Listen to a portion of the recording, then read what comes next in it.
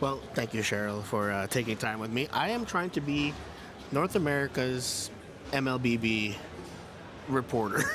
You're trying to be? Yeah. What do you mean by trying to be? I'm trying my best to be, the guy who talks to everything MLBB in North America. Uh-huh. And I have to start somewhere, so that's why I was trying. I need more time before we Ah. actually get there. Well, so what got you into MLBB first of all? What got me into MLBB? Well, COVID. I think gaming and COVID go hand in hand. Yes. But what about the game really appealed to you? What about the game that really appealed to me? I would say it's just I wasn't a gamer per se. I didn't play any games prior to that. But my husband got me onto the game and we played because we wanted some togetherness. And yeah, it was really fun. I got hooked and then I spent many hours and COVID really flew by for me. You've done a lot. So what has been the most challenging thing for you, whether it's acting, singing, even being Miss Singapore? Like, what has been the hardest thing for you in terms of all the various things you've done? I think it's the jargon really. Yeah. Because when I did hosting, it's more of the corporate stuff. Yeah. But when we came here, we realized that, hey, there's a lot of different terminologies and then the way we craft the show is really about storytelling, which is very different. But yet I loved it because we get to explore the personalities and the people who are playing. And in my stint when I was in MPLSG, it was really nice because I realized that I was the vessel to really tell the story of the players and showing the viewers, that they are more than, what they see. Oh, yeah. And essentially all of our players here in the league are really young.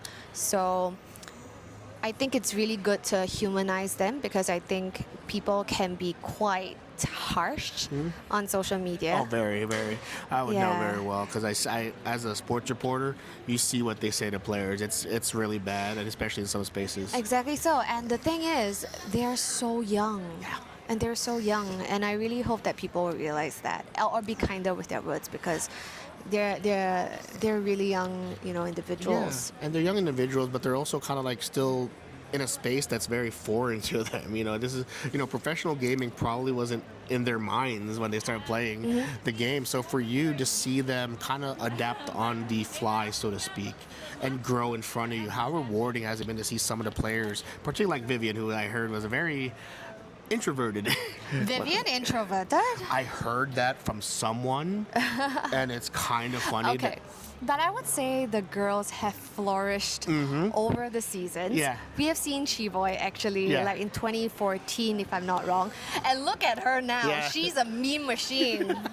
Well, do you think that's kind of what's going to take to kind of grow beyond? Because I know C is very big with Mobile Legends. I think the next goal would be to extend further into the West. Yes. I think it's one of those games where you have Ashley, who's fantastic. I spoke to her earlier today, and she's fantastic. But you have players like that who can kind of cross over to the West. What do you think it's going to take now for it to get more popularity to see more players into the Western Hemisphere?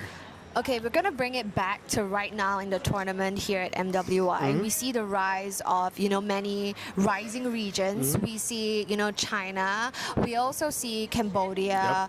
And, of course, North America. You guys did a fantastic run with Grand Finals finish previously. So, the spotlight is cast on many of these emerging regions and they're performing phenomenally well. And I think that's very exciting in line with this year's theme of two champions, one game, right? We see, not just the regular regions of PH, ID, Malaysia. We see all these new regions in the Women's League, and I think it's interesting because then it's a very macro spotlight that there's talented players everywhere. And of course, with the fact that MSC, MWI, and EWC in general is held in Paris this year, it's already the first step of it going into Europe. And then with M8 going into Istanbul, that's the next step of going to the West. So I think the presence and the players are all coming together at a really fast pace. How you mentioned that NWI having 2 tournaments. How important is it to have a separate space for these girls and these women to compete? Because it feels like there's always going to be like, oh, there should be equality and they should be competing with the men. And I'm like, well, I've heard a lot from particularly women who are like, yeah, we could do that, but we like our space too, like, kind of like that. Do you kind of feel that vibe a little bit with these girls? No, the thing is, there are all female teams like Galaxy Phoenix who has played in MPL Cambodia. So they are in MPL itself. And, I feel that for this, it gives the female team more platform, more opportunities to rub shoulders with all of these giants and then grow the community, at large. Because it's not just a one-off, you can just hold a tournament, you try to put people in, but it's an ecosystem. It takes some time to really create that. And, through this platform we have seen it's really evident, yeah. I think the coolest thing is that you're hosting this women's tournament the same week when all eyes are on League of Legends and Faker being in the building. Is that kind of surreal for some of these girls? They see like what Faker started off with in a very, relatively new esport, and they can see what it can grow into. Do you think that's kind of also motivating for them to see how much the potential of what esports can do? Yeah, for sure. Even bringing back to NA, right? Ashley has, made a comment saying that, I also would like to be the mother of tanks. But that could be construed both ways, right? I think a lot of people think that she's gunning for the title of mother of tanks, but for me personally, I think that it's a nod, to Vivian, that she's inspiring. She's inspiring for her to create and carve her very own path, which I think Ashley has touched on that perfectly. That she's trying to find a path of her own. Vivian can keep the Mother of Tanks title, and she's gonna carve something out for herself.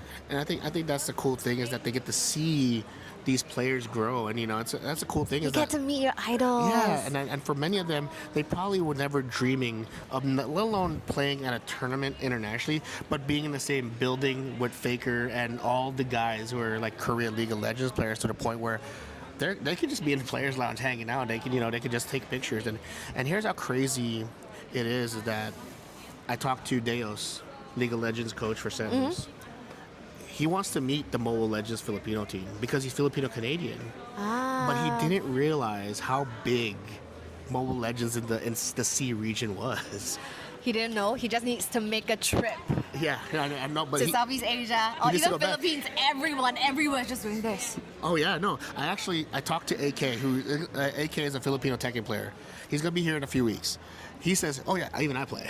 Yeah. And what do you think is the appeal of the game, though? What do you think is the appeal of Mobile Legends? Is it the fact that if you have played any MOBA before, like for me, I love it because I don't have to think about my item queue. The appeal? Yeah. The fact that it is on a mobile device. Yes.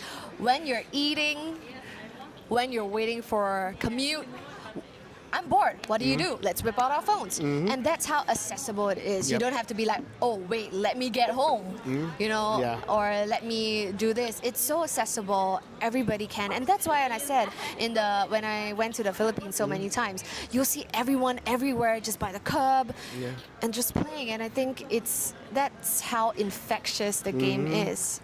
And I think that's cool because, believe it or not, I've been on the road for 3 weeks. For those who know, I went to Korea and then came here from Korea. I missed my computer, so what did I naturally do to get my MOBA fix? I downloaded Mobile Legends for the first time, and I'm not going to stop playing that at this point. That's why I fell in love with it. It's kind of funny because it's just fun. But for you, see the game where it is now, how far can it go, you think? Does it have the potential to be at the same level as some other ones, given the accessibility? Because, it's one of those things where we talk a lot about growth in gaming. A lot of times people forget that number is tied to mobile gaming. It's always like they assume that it's computers and console. Like, that's not the case. Mobile gaming. Do you think that's kind of what the next step is to get more people to understand that mobile gaming, particularly in America where people think Candy Crush, that mobile gaming can be very serious as well? Yeah, and it's evident. Like, you can see in all of our tournaments, not just the showing, but the prize money. Yep. Guys, I came from a time where a lot of people said that, playing video games won't take you anywhere. Same. But in this day and age, look at the prize money here at EWC. Yeah. Look at the prize money, guys. More than 75 million Yep. US dollars. Yeah. So I think that would shut any Asian parent up, I think. You know what, honestly, that is the one thing I have to talk about at some point is like, these girls are probably told they could not be professional gamers and now they are traveling the world.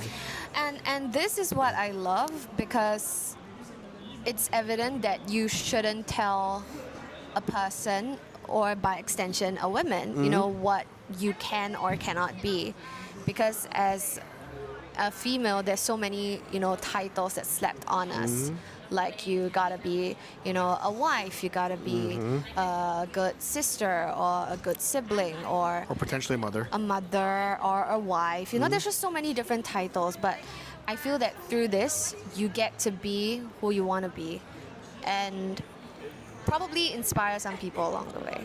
You think these girls are inspiring young girls in their region to be like they can be much more than what the perception is, especially in like countries like Indonesia and Malaysia, where there's like those countries have a very distinct like system, and they for them to see the women kind of do their thing is, I think that's kind of inspiring. And you think that's being passed on to generations now? For sure. I think not just in the female scene, but it's because it's a very unorthodox path, especially in the Southeast Asia. Like, a lot of us parents would say, you're either doctor, lawyer, or disgrace the family. Or in the Philippines, nurse. Yeah. So, like, for Asian families, this, but to really see, players thrive, and this is evident in all titles that we see here at EWC, and it's really beautiful to watch, and it means that you don't have to be in typical roles or jobs. If you like something and you're extremely good at it, you can monetize from it.